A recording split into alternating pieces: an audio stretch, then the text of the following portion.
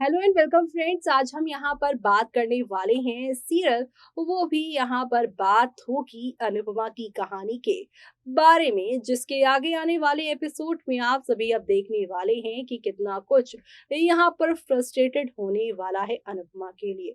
आपने देखा ही होगा कि माएं अक्सर बच्चों की गलतियों पर उन पर गुस्सा कर देती हैं, उन पर हाथ उठा देती हैं। कभी बार यहाँ पर माँ इरिटेट होकर भी बच्चों पर हाथ उठा ही देती हैं।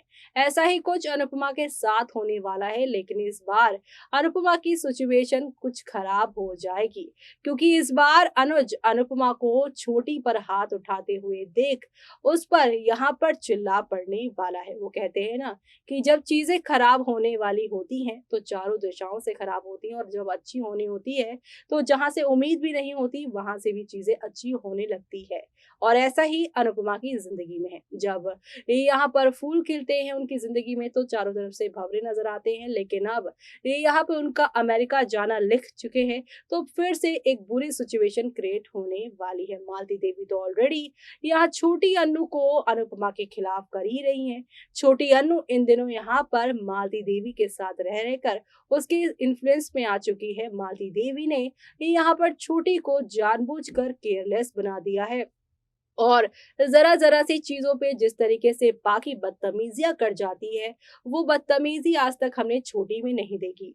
छोटी हालाँकि यहाँ पे एडॉप्टेड चाइल्ड है, लेकिन हूबहू वो अनुपमा की बेटी लगती है। उसके अंदर संस्कार कूट-कूट के हैं, और सिचुएशन को जिस तरीके से वो समझती है, वो बहुत ज़्यादा मैच्योर लगती है। लेकिन अब यहाँ पर मालती देवी ने उसे कहा है कि इतना लोगों के बारे में सोचने की ज़रूरत नहीं है, और तुम यहाँ पे मज़े करो। तुम छोटी बच्ची हो, कोई बड़ी बच्ची नहीं। हमेशा अपनी माँ के बारे में क्यों सोचना, कभी मम्मी को भी तो सोचने दो कि तुम्हारे लिए टाइम निकाले। यानी इन्हीं सारी चीज़ों की वजह से छोटी को अब लगने लगेगा कि हाँ, मालती देवी यानी उसकी दादी सही कह रही हैं। उसकी माँ तो उस पर ध्यान ही नहीं देती, अपने घरवालों पर, अपने बच्चों पर ज़्यादा टाइम देती है।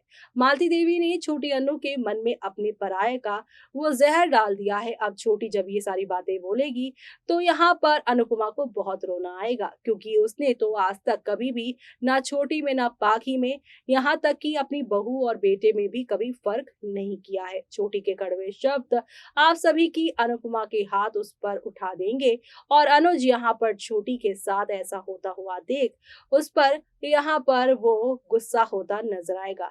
अनुज का खून खौलता हुआ नजर आएगा। इसी बीच यहाँ पर ड्रामा इतना ज्यादा बढ़ जाएगा। कपाड़िया हाउस में जिस तरीके का कपाड़िया हाउस से पहले शाह हाउस में ड्रामा देखते थे आप लोग, वैसा ही ड्रामा होने वाला है, जहाँ पे वनराज और अनुपमा बहुत सी बातों पे लड़ते थे, लेकिन इस बार यही ड्रामा यहाँ पर अनुज और अनुपमा के बीच में होगा। अनुज यहाँ पर अनुपमा की हर बार सिचुएशन समझता है, लेकिन जब बात छोटी अनु की आती है तो वो यहाँ पे सही गलत नहीं बल्कि अपनी बेटी के साथ ही रहता है।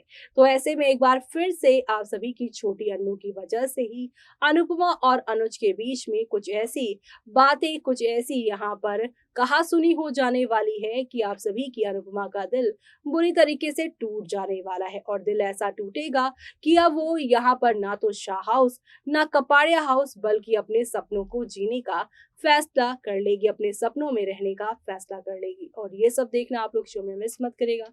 इसी के साथ मुझे यानी कि जूही को दीजिए इजाजत। Bye bye.